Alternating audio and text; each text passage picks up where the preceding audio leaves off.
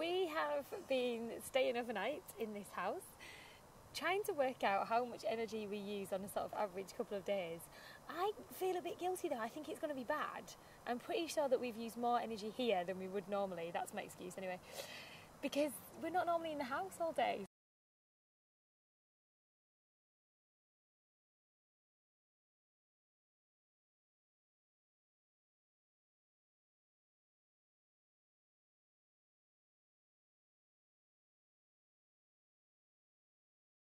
The Blue Peter presenters were here for 24 hours, so Barney, Helen and the Blue Peter dog Barney stayed here, and while they were here we told them to live in the house as normal as they possibly could, and during that period we looked at the amount of energy they were using and how they were using it as well.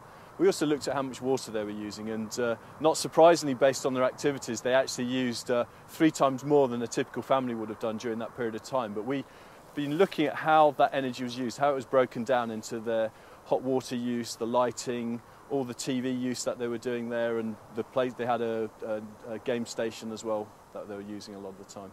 So what have been the results, and is there anything there that's surprised even you? Physically, if you look behind me, you can see 2 big bunches of black balloons. So what we've done is we've tried to calculate the amount of CO2 that's been produced associated with their energy use. The smaller bunch, that's actually the amount of CO2 that was produced due to their activity in an hour period. And then the larger bunch is the CO2 from all the lighting they used during that period. We found that they were 80% wasteful. So 80% of the time the lights were on for absolutely no reason, they were just leaving things on. And the same with, they use the kettle a lot while they're here. Hopefully it will give them an idea of where they can make some savings, and how important it is actually. When you actually can physically see the size of the problem, it makes a difference.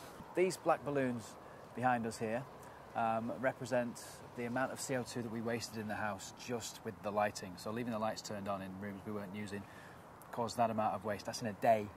Over there, that's an hour's worth of waste from all CO2 emissions while we were in the house. And so we were there for 24 hours, so 24 times that small pile of balloons is a lot of CO2, isn't it? So, yeah, a very big shock. I think mainly because you can't visualise what you're wasting while you're wasting it. So if you leave the lights on, you have no idea how much CO2 is being used until somebody represents it with balloons, for example. It's quite shocking to think that's how much we wasted, especially this, just on lights, in a day. Can you imagine a whole street doing that over the course of a month? The amount of waste, it's just, it's quite easy to visualise it like that. I think everybody would do good to see it, give them some idea of just of what's going on, and I think it would make people change, especially if they thought. Yeah, absolutely. I mean, I thought I was quite good with turning lights off and doing that. I clearly am not. Yeah, I think it makes you think a bit more about it, and I'm sure I'll turn more lights off.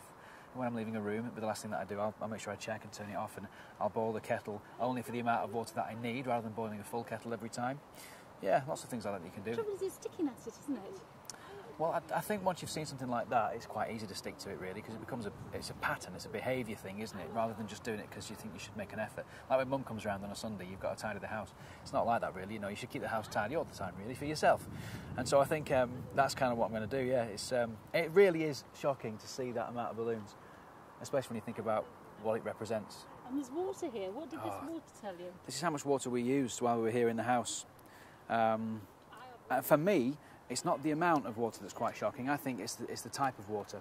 The water that comes through our taps is drinkable, yet we use it to flush our toilet, we use it to have a wash in. We don't need to. We can wash in water that's not necessarily sterilised, and the same with toilet water. You can recycle bath water to do that, Just tell us the kind of equipment you've been using to actually monitor all this and work it all out. So one of the research projects we have here is a project funded by EPSRC and E.ON, and it was to develop a tracking system and linking that real-time tracking system in with the energy use, so we can see where people are 24/7 within the house, and we can overlay that with their energy data, so we can get a real feel for who's using the energy and where they're using it, and we've basically presented that back to them. I think the house is fantastic. Yeah, it's a bit weird to get used to because you don't normally get monitored that way, but when you watch shows like, these celebrity shows on TV where they're all in a room and the cameras are on them, we're aware of that in society, that goes on. But when you're in a house and you're being monitored every 2 minutes, weirdly, I thought it would change the way I behaved, but I completely forgot that I was wearing the tags. And so that's why we're in the position we're in today, where I've used, a lot of water. Whereas if I thought that I was being monitored for my water use, I'd have probably not put as much in the kettle. It's one of those weird things. But the house is cool. I want one. But then again, I like gadgets. I'm a boy. I like things that buzz and beep and light up. So I want one of those. But I want it for the right reasons. I want an eco house. But then again, I genuinely do. I'm looking at buying a house at the moment, and I do want a house that's you know, as self-sustainable as possible. There's lots of choice here, isn't there? Solar panels, those new tiles, what they call it, PV, I think they're called. Those tiles, they're brilliant. I like them. They can produce electricity. You know, to be honest with you, I just don't want that estimated bill on my doorstep anymore. I want to be, you know, self-sustainable, but also not give people me money. And that's the whole thing about waste. The more you waste, the more it costs. So why would you waste anything when you're the one paying for it? Even more so, in the bigger picture, we're all paying for it, aren't we? It's the environment. So it's, there's lots of lessons to be learned on this very location.